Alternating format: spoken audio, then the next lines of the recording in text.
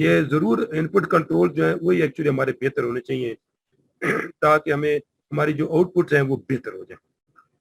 کہنے کا مقصد یہ بھی ہے کہ جی جتنے بھی کنٹرولز ہیں بنیادی طور پر وہ مختلف قسم کے فنکشنز پرفارم کرتے ہیں, اور کنٹرولز کا جو اصل مقصد ہے انٹرنل کنٹرول کا جتنے بھی ہیں وہ یہ ہے کہ منیمم ایررز ہونی چاہیے, اور جو اس اینٹی کا جو پرپز ہے, جو آبجیکٹیوز ہیں وہ اچیو ہونے چاہیے, تاکہ ان کنٹرول کو جتنا امپروو کیا جا سکتا ہے امپروو کرنا چاہیے, اور جس حد تک کیا جا سکتا ہے تاکہ اس کے اوپر کوئی اور پرابلم بھی نہ ہو اور زیادہ کاسٹ بھی نہ آئے کنٹرولز کو چینج کرنے میں. اس لیے ہم اس کو یہ کہتے ہیں کہ جتنے بھی کنٹرولز ہیں ان کا ان پٹ کنٹرول بہتر ہونے چاہیے تاکہ آپ کا جو آؤٹ پٹ ہے الٹیمیٹلی جو ریزلٹ آپ کے پاس آنے وہ بھی بہتر ہونے چاہیے. یہ بات اب کچھ لمیٹیشنز ہیں ان انٹرنل کنٹرولز. وہ لمیٹیشنز کیا کیا ہیں؟ نمبر 1, پہلی بات تو یہ کہ یہ کیا ہیلپ کرتے ہیں, یہ جو کنٹرول ہے ہیلپ کس چیز کو کرتے ہیں؟ Number 1, achieve its objective of the organization. جس اینٹی کا ہم آرڈر کر رہے ہیں اس کے آبجیکٹیو کو اچیو کرنے کے لیے یہ ہیلپ آؤٹ کرتے ہیں.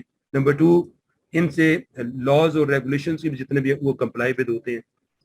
یعنی ہم اس کو انشور کر رہے ہوتے ہیں کہ جتنے بھی لاز اور ریگولیشنز ہیں ان ٹرانزیکشن کو پاس کرنے کے لیے وہ یہاں پہ کمپلائی ود ہو رہے گے. تھرڈلی, کہ جو ڈیٹا ہے آپ کو انشور ملتا ہے کہ یہ فائنینشیل ڈیٹا ریلائبل ہوگا آپ کے کنٹرولز کی, کیونکہ آپ نے کنٹرول اچھے رکھے ہوئے ہیں تو لہٰذا ہمارا ڈیٹا جو آؤٹ پٹ نکلا ہے وہ بہتر ہوگا. اور آخری بات کہ they prevent loss of resources. Control اسی لیے بنائے جاتے ہیں, یہ ہیلپ آؤٹ کرتے ہیں کہ آپ کا جو ریسورسز ہیں وہ کم سے کم اس کا لاس ہو, اور جو آبجیکٹیو ہیں وہ زیادہ سے زیادہ منیمم ریسورسز لگا کے میکسیمم اچیومنٹ آف آبجیکٹیو کی طرف ہم چاہیں. یہ تو ہو گیا یعنی اس کا جو پرپز ہے.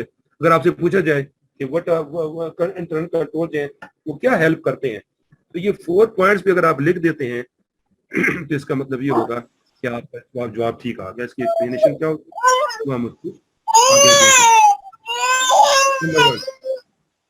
ایز این آڈیٹر جو ہمارے لیے امپورٹنٹ بات ہوتی ہے وہ یہ کہ ہم ڈاکومنٹ کرتے ہیں اس کو, جو کچھ ہم نے کنٹرولز کے بارے میں پڑھا ہے اس کی انڈرسٹینڈنگ کو کرنے کے لیے ہم اس کو ڈاکومنٹیشن کرتے ہیں.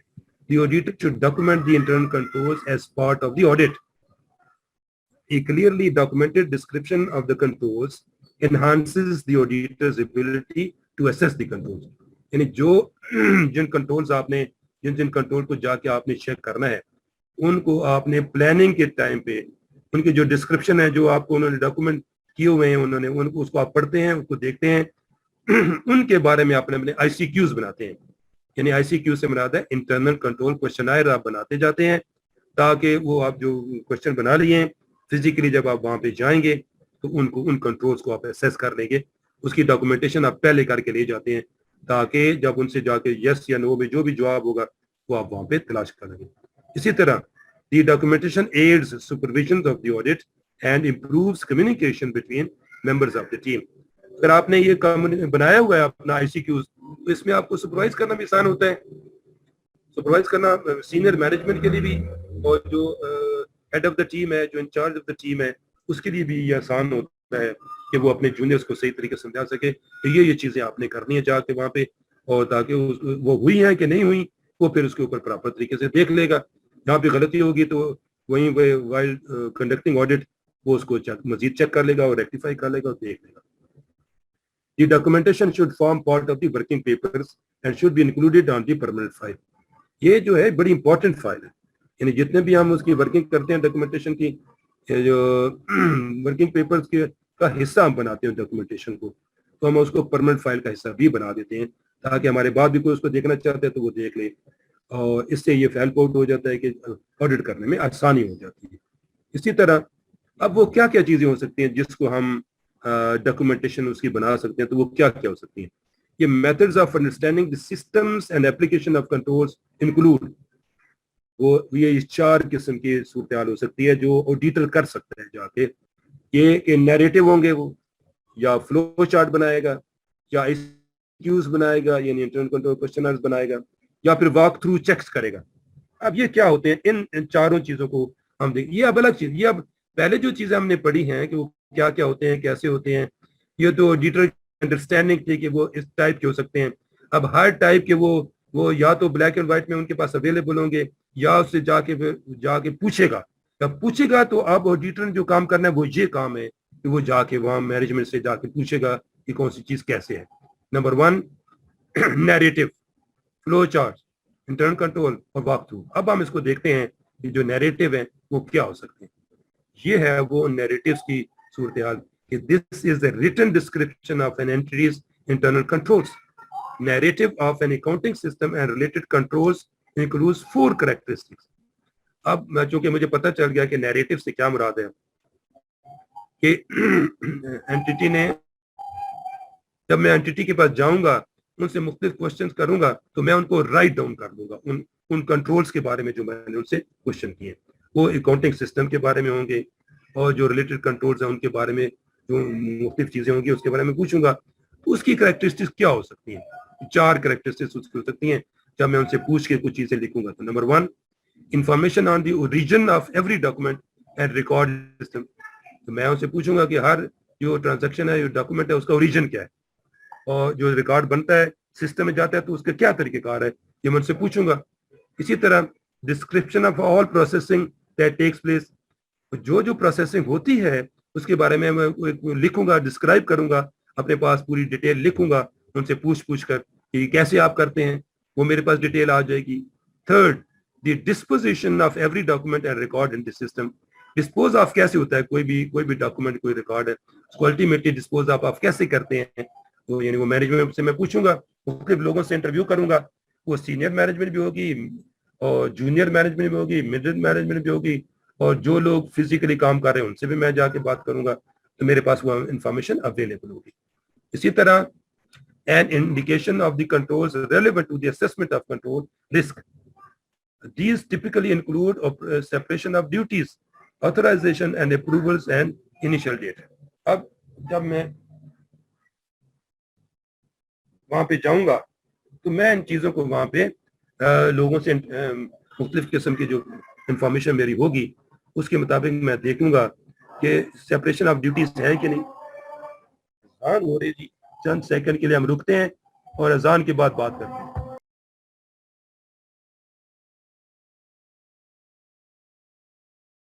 کون سی چیزیں جو ہم جس میں کر رہے ہوتے ہیں, چونکہ ہم نے کہا ایک نیریٹو ہے, ایک فلو چارٹ بنانے کے, تو جو فلو چارٹ ہے اس کے لیے ہم کیا چیزیں رکھتے ہیں جو کرنے کی ہم کیا کچھ کر سکتے ہیں. Flow chart, this is a time consuming exercise and is generally applied only when the effort can be justified, such as when there is some uncertainty about the processes or the complexity and importance of the procedures indicate a need for clear representation. The flow chart is a diagrammatic representation of the entity's documents and their sequential flow in the organization and can be a valuable component of the working paper file. It includes the same 4 characteristics identified above for narratives. Anyway, جو flow chart بھی بنایا جائے گا وہ اگر وہاں پہ ایسی کوئی صورتحال ہے جہاں ہم زیادہ مطمئن نہیں ہیں کہ یہ کام ان کے ٹھیک نہیں ہے اور ایسی صورتحال ہے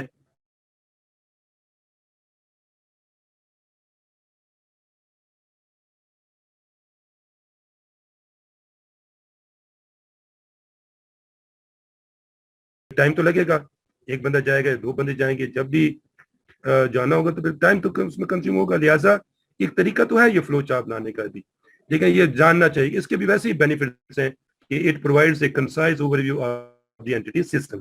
and number 2 it helps identify inadequacies by showing how the systems operate. And C shows clearly the separation of duties, allowing the auditor to judge whether they are adequate and is easier to follow a diagram than to read a description. یہ 4 باتیں ایسی ہیں جیسے جو ہمیں یعنی flow chart سے یہ فائدہ ہو جاتا ہے کہ آپ کے سامنے ایک ڈائیگرام بنی ہوئی ہے اور آپ اس کو جلدی سے کون کس کو رسپانسیبل ہے, کیسے کون کس کو اس کو رپورٹ کرتا ہے, یہ چیزیں آپ فوراً وہاں پہ دیکھ سکتے ہیں.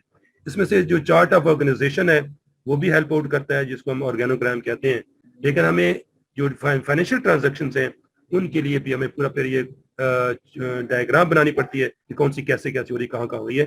آپ دیکھیں گے جو آپ کی اے پی پی ایم ہے اس کے اندر آپ کو اس قسم کی فلو چارٹ بھی مل جاتے ہیں جو فائنینشیل ٹرانزیکشن ہو رہی ہیں ان کے حوالے سے بھی. اسی طرح آڈیٹر جو ہے وہ بھی پھر اپنی جو ہے وہ فلو چارٹ بناتا ہے.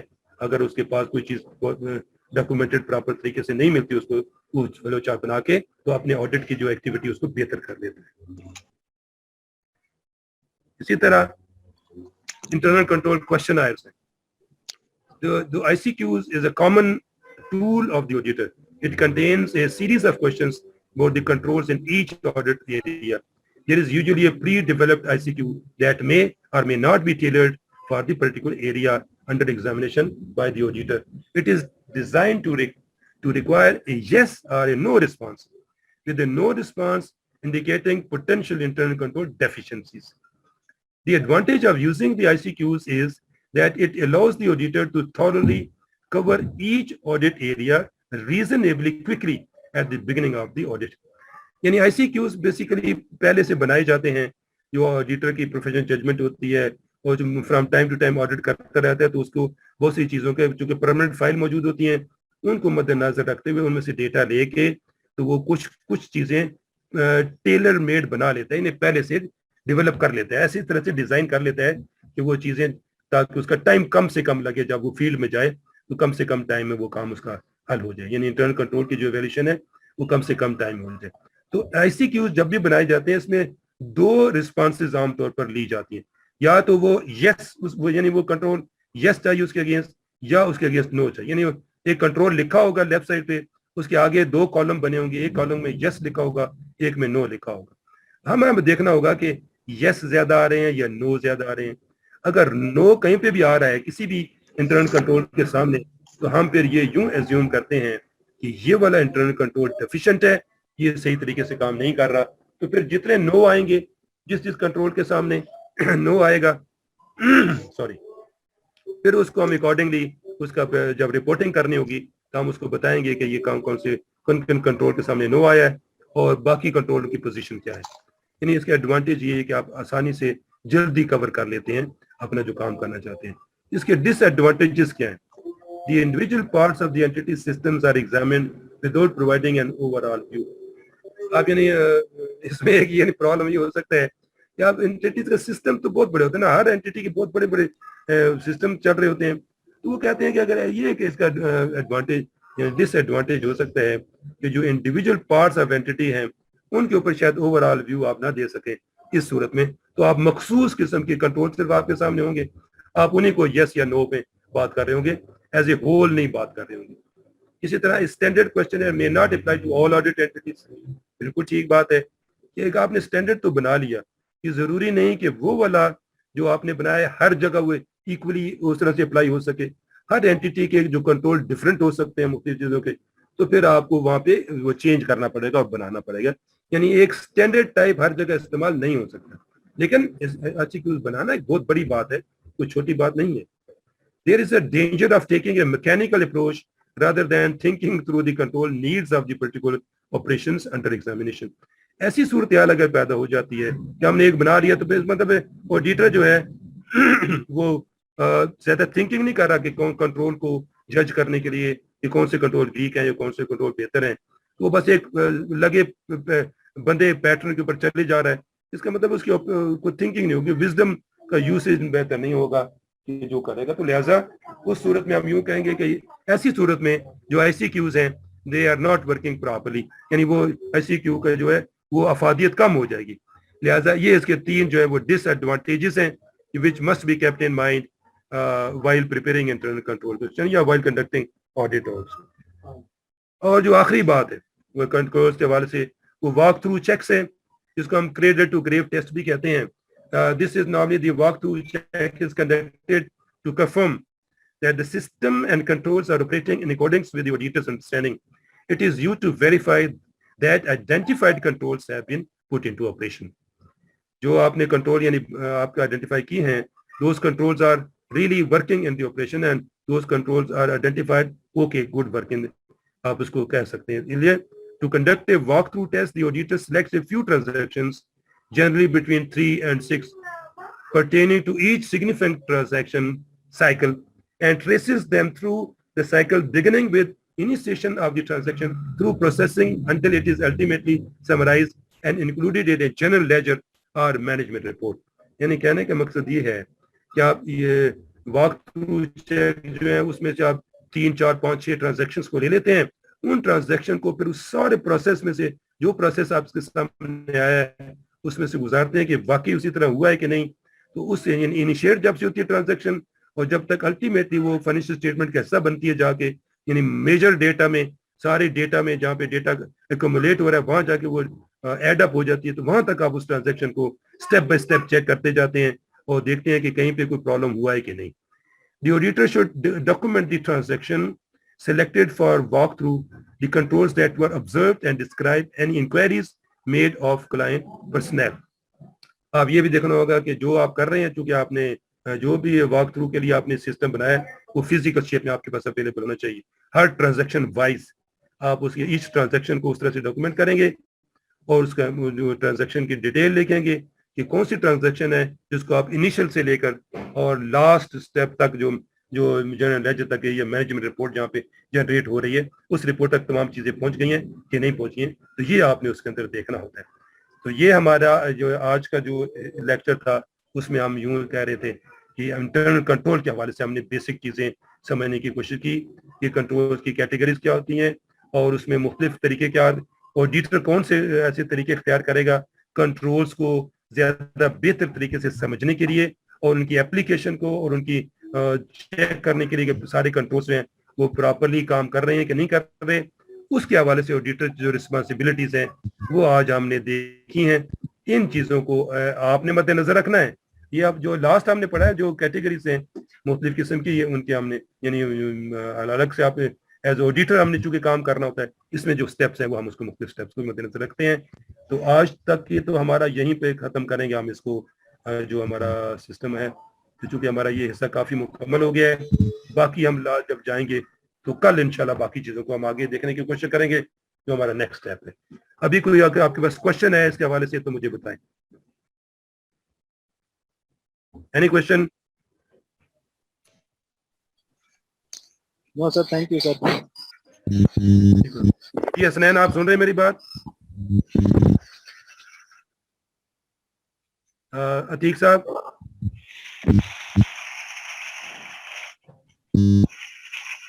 آپ میری بات سن رہے ہیں؟